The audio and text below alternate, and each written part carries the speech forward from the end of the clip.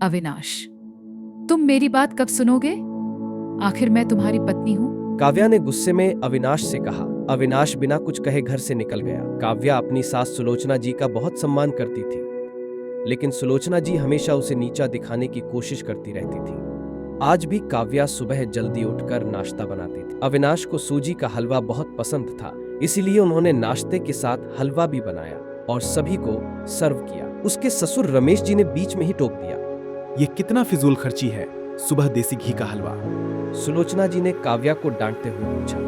क्यों बहू, यह देसी घी तुम्हारे मायके से आया है। काव्या बोली। माँ, उसे हलवा बहुत पसंद है, इसलिए मैंने थोड़ा ही बना लिया।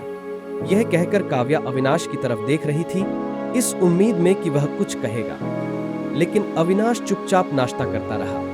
इससे भी बुरा लगा जब अविनाश हलवा खाए बिना ऑफिस के लिए निकल गया।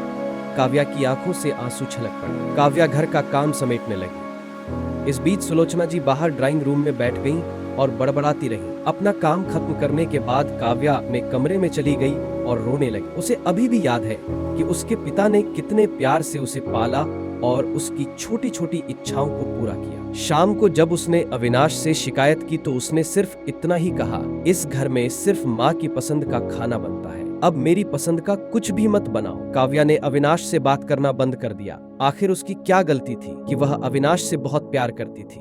एक दिन काव्या ने सुलोचना जी से कहा, माँ, मैं कुछ दिनों के लिए घर जाना चाहती हूँ, यदि आप मुझे अनुमति देते हैं। सुलोचना जी ने उत्तर दिया, तुम चाहो तो जाओ, लेकिन केवल एक दिन के लिए।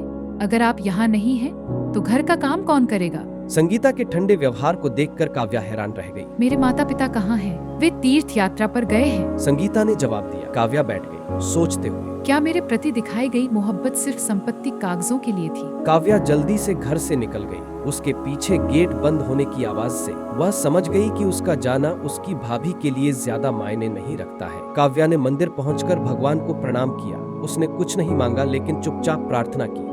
काव्या की आंखों में आंसू भर आए जब वह अपने माता पिता के पास दौड़ी, जो एक पेड़ के नीचे बैठे थे।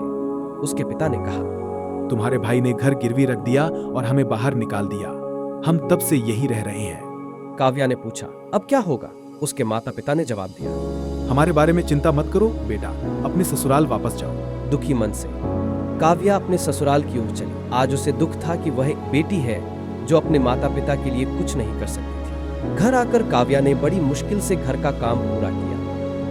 वह अपने कमरे में बैठी चुपचाप रो रही थी। अविनाश कमरे में घुसा तो उसने पूछा, आज क्या हुआ? तुम रो क्यों रही हो? काव्या अब और पीछे नहीं हट सकती थी। उसने अविनाश को अपने माता पिता के बेघर होने और मंदिर के पास रहने के बारे में सब कुछ बताया। अविनाश चुपचाप सुनता रहा, फिर करवट लेकर सोने चला गया, जिससे काव्या को और चोट लग गई। उन्होंने कहा, आज के बाद मैं उनके माता पिता की सेवा नहीं करूंगी, मैं देखूंगी कि कौन करता है। कुछ दिन बीत गए, लेकिन काव्या की चिंता बढ़ती ही गई। वह अपने माता पिता की स्थिति के बारे में असहाय महसूस करती थी। एक दिन वह फिर से मंदिर गई, अपने माता पिता को उसी पेड़ के नीचे देखने की उम्मीद में। पंडित जी ने कहा, आपके माता पिता ने आपके लिए एक संदेश छोड़ा है। यह वह पता है जहां वे अभी रह रहे हैं। काव्या जल्दी से पुजारी द्वारा दिए गए पते पर पहुंच गई। उसका दिल चिंता से धड़क रहा था।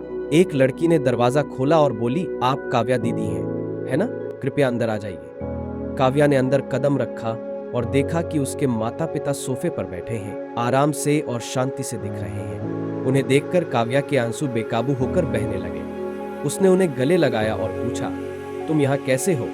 उसकी माँ ने कहा, अविनाश ने वह पैसा लौटा दिया जो हमने उसके धंधा के लिए दिया था और हमारे लिए यह घर खरीदा। काव्या दंग रह गई। लेकिन उसने मुझे कुछ क्यों नहीं बताया?